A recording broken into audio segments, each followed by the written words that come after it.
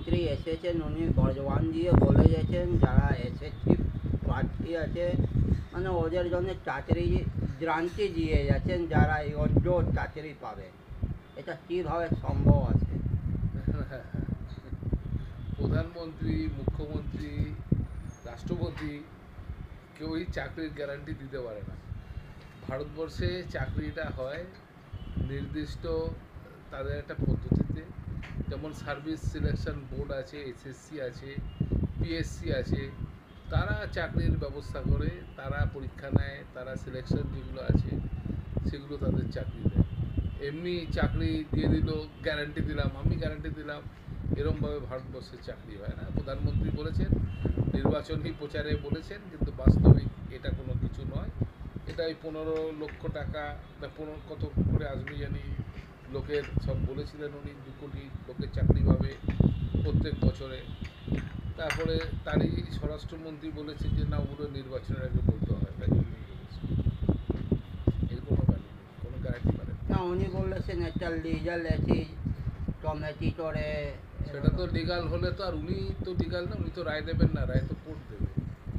কোর্টের রায় 26,000 লোকের চাকরি গেছে, তাহলে আইনগতভাবে যদি ঠিক হয় তাহলে কোর্ট আবার বলবে হ্যাঁ 26,000কে নিয়ে নাও, তার মধ্যে 20,000 লোক ঠিক আছে তাদের নাও, 5,000 লোক ঠিক আছে তাদের নাও। প্রধানমন্ত্রী, রাষ্ট্রপতি, মুখ্যমন্ত্রী বলার কোনো অধিকার আছে? এদের তো কোনো অধিকারই নেই।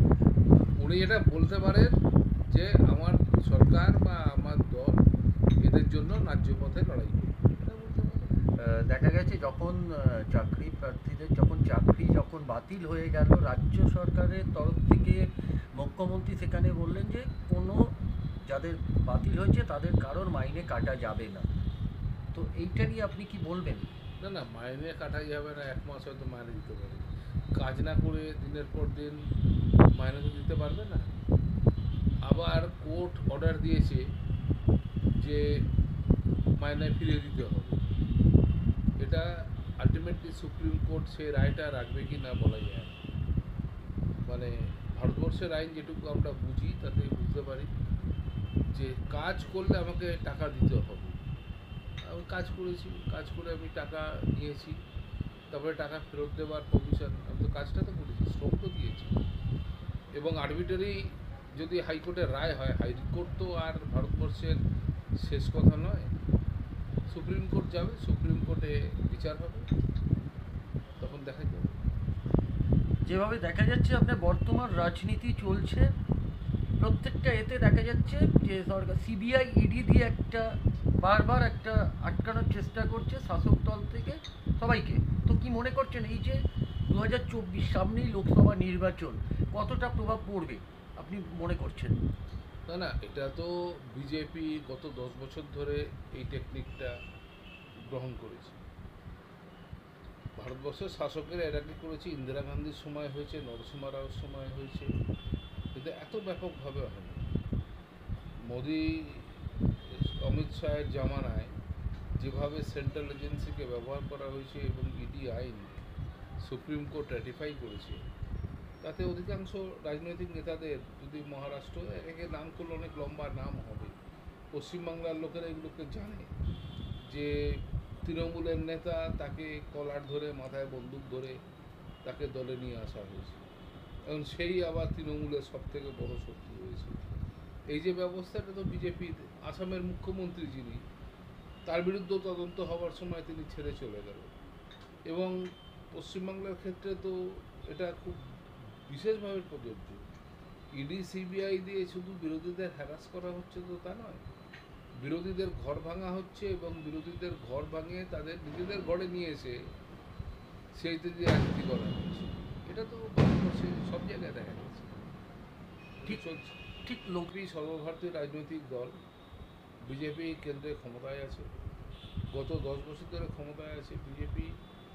কোনো অর্থনৈতিক তাদের অ্যাচিভমেন্ট, তাদের সামাজিক অ্যাচিভমেন্ট, তাদের আন্তর্জাতিক অ্যাচিভমেন্ট সেই সরকারের বা ইত্যাদি কোনো কিছু দিয়েই তারা কথা বলছে না।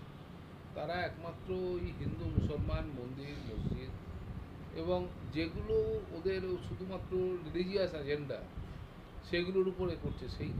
সেই হিসাবে তারা দেশকে দ্বিখণ্ডিত করা বা বহুদা খণ্ডিত করে রাজনীতি করে ক্ষমতায় থাকার যে ব্যবস্থা করেছে, মানুষ এখনো পর্যন্ত সেই দিকেই। এখন প্রশ্ন হচ্ছে বিজেপির এই ডিভাইসিভ পলিসিকে মানুষ গ্রহণ করলে বিজেপি ক্ষমতায় ফিরে আসবে, এবং ভারতের মানুষ সেটা রিজেক্ট করে দিলে চলে যাবে। অন্য ইস্যু আছে, দুর্নীতি ইস্যু আছে, তারপরে চাকরি ইত্যাদি ইস্যু আছে, তবে ভেতরে ভেতরে অর্থনৈতিক যে অবনমন হয়েছে সেটা বিরাট ইস্যু সারা ভারতবর্ষে, বিশেষ করে যুব সম্প্রদায়ের কাছে। কিন্তু অন্য জিনিসগুলো ইস্যু, এই রাজ্যপাল এগুলো কম সংখ্যক লোকের মধ্যে এগুলো করতে পারে, এগুলো খুব একটা বিরাট বড় ফ্যাক্টর। বরং আমার মনে হয় যে নির্বাচনের আগে বিভিন্ন ইস্যু নিয়ে এসে অপোজিশনকে ঘোল খাইয়ে দেওয়ার একটা প্রচেষ্টা, এটা হতে পারে, নাও হতে পারে। যেভাবে দেখা যাচ্ছে আপনার লোকসভা নির্বাচন ঠিক আগে মানে বরাবর যেটা বলে আসা হয়েছে যে যারা দুর্নীতিগ্রস্ত তারা যখন বিজেপিতে ঢুকছে তারা ওয়াশিং মেশিনে সাফ হয়ে তারা ঢুকছে। আপনার তরফ থেকে আপনি কি মনে করছেন যে আজকে সাধারণ মানুষ যে আওয়াজটা তুলেছে সেইটা কি বাস্তব? যদি একটু জানান। না না, ওয়াশিং মেশিনে তো আমি তো প্রথমেই বললাম, তাই তো করা হচ্ছে। এখন সব থেকে প্রকৃষ্ট উদাহরণ, ভারতবর্ষ অন্তত 50টা রাজনৈতিক নেতা আছে যারা বিরোধী দলে ছিল, তাদের বিরুদ্ধে ইডি সিবিআই, অধুনা একজন লোকসভা প্রার্থী খুব আগেই তৃণমূল ছেড়ে এসে বিজেপিতে যোগদান করে লোকসভার প্রার্থী হয়েছে, তার বাড়িতেও তো হামলা করেছিল সেন্ট্রাল এজেন্সি। তারপরে সে পরিবর্তিত হয়ে গেল, কী হলো, কী ব্যাপার হলো, সাধারণ আউটসাইড লোক কী করে জানবে? হয়তো এমন হতে পারে সেন্ট্রাল এজেন্সি গিয়ে 10 ঘন্টা 12 ঘন্টা ধরে বসে একটা লোকের সাথে পলিটিক্যাল নেগোসিয়েশন করেছে, তাও হতে পারে। ডেকে নিয়ে গিয়ে পলিটিক্যাল নেগোসিয়েশন করেছে, তাও হতে পারে। এখনকার দিনে পলিটিক্যাল নেগোসিয়েশন করা প্রকাশ্যে অত্যন্ত আড়ালে আবডালে খুব কঠিন, এজেন্সি দিয়ে করাচ্ছে, হতে পারে, অনেক কিছুই হতে পারে। রাজনীতি তো স্বচ্ছ নেই, নীতি নির্দেশিত রাজনীতি নেই। BJP party with a difference, সেই প্রমাণটা তো সাধারণ মানুষের কাছে আর নেই। পার্টি বাজপেয়ী আডবাণীর সময় পর্যন্ত বিজেপিকে পার্টি উইথ এ ডিফারেন্স অনেকেই বলেছে। যেমন এই এখন কেউ মমতার সততার কথা বলে না, কিন্তু বিজেপিও তো পার্টি উইথ এ ডিফারেন্সের তো আর বলে না। আচ্ছা, কিছু নেতা আছে যা ধমকি দিচ্ছে, এখানে হাওড়াতেও আছে, মানে ভোট দেওয়া না দিলে আপনাকে বিজলি পানি জল চেঁচে দেওয়া হবে, মানে অনেক রকম কথা বলতে। এটা এগুলো উদ্দেশ্য কথা, এগুলো কথা ভ্যালু নেই। ভোটের আগে প্রতিশ্রুতি দেওয়া হয়, ধমকানো হয়, ভোটের আগে ভয় দেখানো হয়, অনেক কিছুই করা হয়। ভোটটা তো এখন রাজনীতির সব থেকে বড় প্ল্যান। আমি যদি ভোট পাই, ভোটে জিতি আমি সায়েন্সা, ভোটটা পেতে আমি রাস্তায় ঘুরে বেড়াচ্ছি, করতেই হবে।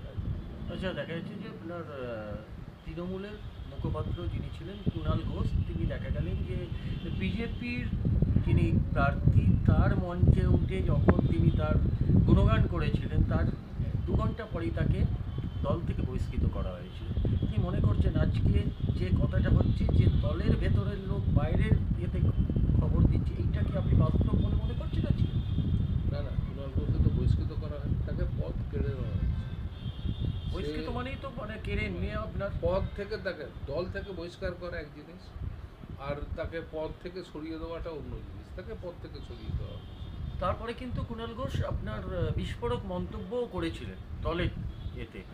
আজকে দেখা গেল উনি আবার সমস্ত পদ দেখুন, এই কুণাল ঘোষ আর তৃণমূল কংগ্রেস, এটা এই মুহূর্তে কমেন্ট করার জায়গা নেই। কারণ তৃণমূল যে ধরনের রাজনৈতিক দল, তারা কুণাল ঘোষের মতো লোককে মুখপাত্র করে, এবং কুণাল ঘোষের উত্থানটাও তো ভয়ানক না। যদি দেখেন, সে সাংবাদিক ছিল, যখন মমতা অ্যাটাক হয় তখন তাকে গাড়িতে করে নিয়ে গেছিল, তাতেই সে নেতা হয়ে গেল, কোটি কোটি টাকার মালিক ইত্যাদি, চিট ফান্ড, তারপরে এমপি হয়ে গেল সে। তাহলে একটা লোক রাজনৈতিক জায়গায় তার কোনো ট্রেনিং নেই, কোনো রকম ব্যবস্থা নেই, তার শিক্ষাগত যোগ্যতা নেই, প্রশ্ন আছে, এবং যে ধরনের সে কথাবার্তা বলতো, কোনো রাজনৈতিক দল ভারতবর্ষে, কোনো মুখপাত্র কোনো রাজ্যে এই ধরনের ডিল করে না, বা করে না, সেটা তৃণমূল তার দলের চরিত্র অনুযায়ী করেছে। তৃণমূল ট্যাকেল করবে, তৃণমূল যদি সাপ খায় তাহলে সাপকে তৃণমূল হজম করবে। আচ্ছা, বিজেপি বলছে এবার 400 পার, মানে 400 পেতে পারি। এইটা কি আপনার না, এই তো কতটা? অবাস্তব। আমরা যেটুকু রাজনীতি যেটুকু বুঝেছি 400 পার দূরস্থান। বিজেপি যদি মেজরিটি পায় এইবারে, এখনও তো বলা যাবে না, সবে এই কয়েকটা ফেজ হলো, লম্বা ইলেকশন। কোথা থেকে পাবে? ভারতবর্ষে যা সিট আছে, চীন, আমেরিকা, পাকিস্তান, রাশিয়া থেকে তো সিট নিয়ে এসে দিতে পারবে না, সেগুলি সম্ভব না। বিজেপি পাবে করতে হবে। বিজেপি এতদিন পর্যন্ত গত নির্বাচনে যা সিট পেয়েছিল, গুজরাটে 26-এর জায়গায় 27টা পাবে। হ্যাঁ, উত্তরপ্রদেশে 80 জায়গায় 100টা তো পাবে না, যে কটা পেয়েছে maximum। বিহারে 40টার মধ্যে 39, 50টা তো পাবে না, পাবে করতে। এখন মোদিজি বলছেন আপকি বার 400 পার। নির্বাচনের আগে কর্মকর্তা কর্মীদের, পার্টির নেতাদের মনোবল বজায় রাখতে নেতারা সব বলবে, টার্গেট সেট করবে। 400 পার টার্গেট, 200 পার, আগলে বার 200 পার পশ্চিমবাংলায় বলেছে। এইখানে তো বলছে আমরা 42 পাবো। তৃণমূল, এই বিজেপি বলেছে না, তৃণমূল বিজেপি বলেছে যে TMC আমরা বলছে। হ্যাঁ, টিএমসি বলছে আমরা 42 পাবো, বিজেপি বলছে আমরা 35 পাবো। তাহলে আপনি দাদা এটা তো ক্লেম থাকতেই পারে, পলিটিক্যাল পার্টি বলবে না যে আমরা 42 পাবো। তৃণমূল 42 পাবো বলেনি, আগের বারে বলেছিল 42-এ 42 করব, মমতা ব্যানার্জি বলেছিল। কিন্তু 42-এ 42 তো হবে না, অবাস্তব কথা। বিজেপি 35টা পাবে না, এটা অবাস্তব। তাহলে কি মানুষের মধ্যে একটা গিমিক দেখানো ঠিক ইলেকশনের আগে, যে একটা Gimmick, গিমিক, যে আপনার বিজেপি সরকার বলছে আমরা ইস বার 400 পার, আবার টিএমসি বলছে ইস বার 42 পার, তাহলে মানুষের মনে না কি? না, 42 পার পাবে না। তৃণমূল তো ইলেকশনেই পশ্চিমবাংলায় লড়ছে, আর কোথায় লড়ছে আমি জিতলে পশ্চিমবাংলা থেকেই ইলেকশন। বাকি যেখান থেকে জেতার কোনো সুযোগ সন্ধান আছে জেলায়, একান্ত উত্তরপ্রদেশে একটা থেকে হচ্ছে, আসাম একটা থেকে কিছু করতে পারবে, করতে পারবে। তাহলে যা পারবে ওই 42-এ 42 পাওয়ার কোনো সম্ভাবনা নেই। তো বিজেপি সিট হয়তো, যা আপনারা প্রশ্ন করছেন, আমি সরাসরি বলতে গেলে আমার যদি উত্তর দিতে হয়, আমি বলবো বিজেপির সিট গতবার থেকে কমবে, বাড়বে। আর তৃণমূলের সিট মার্জিনালি হলে বাড়বে, তৃণমূলের সিট কমবে না। এটা আজকে বাস্তবিক পরিস্থিতি। আর লম্বা নির্বাচন, কালকে কী হবে বলা যাচ্ছে না। অনেক সিটে হাড্ডাহাড্ডি লড়াই হবে, একেবারে 1%, 0.5% ভোটের মার্জিনে হবে। ভোটের রেজাল্ট ঘুরে যেতে পারে। কংগ্রেস আর বামপন্থীরা বলছে আমরা 5টা পাবো। না, বামপন্থী পাবে না। বামপন্থীরা কোনো সিট পায় বলে আমি মনে করছি। বামপন্থীরা কোনো সিট পাবে, কংগ্রেস পাবে। কংগ্রেস 2টো বা ম্যাক্সিমাম হলে 3টে পেতে পারে। আপনারা তিনটে বিহারে কত পাবে? বিহারে জনতা দল ইউনাইটেড খুব ভালো সিট পাবে না। জনতা দল ইউনাইটেডের যে কোর ভোট ব্যাংক এবং তার সাথে যে অ্যালায়েন্স, এনডি অ্যালায়েন্স খুব কমফোর্টেবল নয়। রাতারাতি লোককে আমি গালাগালি দিয়ে আবার অ্যালায়েন্স করলে সেই অ্যালায়েন্স ফলপ্রসূ হয় না। নেতাদের মিল হতে পারে, কর্মী মিল হয় না, এবং জনসাধারণ সেই কর্মী বা নেতার সাথে একাত্ম হয় না। অ্যালায়েন্সটা তো একটা প্রসেস। আপনি নির্বাচনের সারা বছর 5 বছর গালাগালি দিলেন, 2 বছর গালাগালি দিলেন, হঠাৎ তারপরে সে হাত ধরাধরি করে ঢুকে গেল, এটা মানুষের কাছে গ্রহণযোগ্য না, কম্প্যাটেবল না। আচ্ছা, রাহুল গান্ধী আবার মেথি দিয়ে চুনাव লড়ছে, এটা কিভাবে দেখছেন? আবার রায়বেরেলি থেকে হ্যাঁ, রাহুল ঠিক রয়েছে। উত্তরপ্রদেশে রাহুল গান্ধী লড়লে উত্তরপ্রদেশে একটা তার একটা ইম্প্যাক্ট আছে, এবং এটা শুধু রায়বেরেলিতে প্রভাব ফেলবে না, হোল উত্তর ভারত এবং পশ্চিম ভারতে প্রভাব ফেলবে। উত্তর ভারত এবং পশ্চিম ভারতে প্রভাব ফেলবে। রায়বেরেলি জিততে পারে না, এবং বুঝেই করছে রায়বেরেলি যদি জিতে যায় ছেড়ে দেবে, প্রিয়াঙ্কা লড়বে আবার যেরকম সবাই হচ্ছে, স্ট্র্যাটেজিগতভাবে করছে। ঠিক আছে, থ্যাংক ইউ স্যার আমাদেরকে টাইম দেওয়ার জন্য।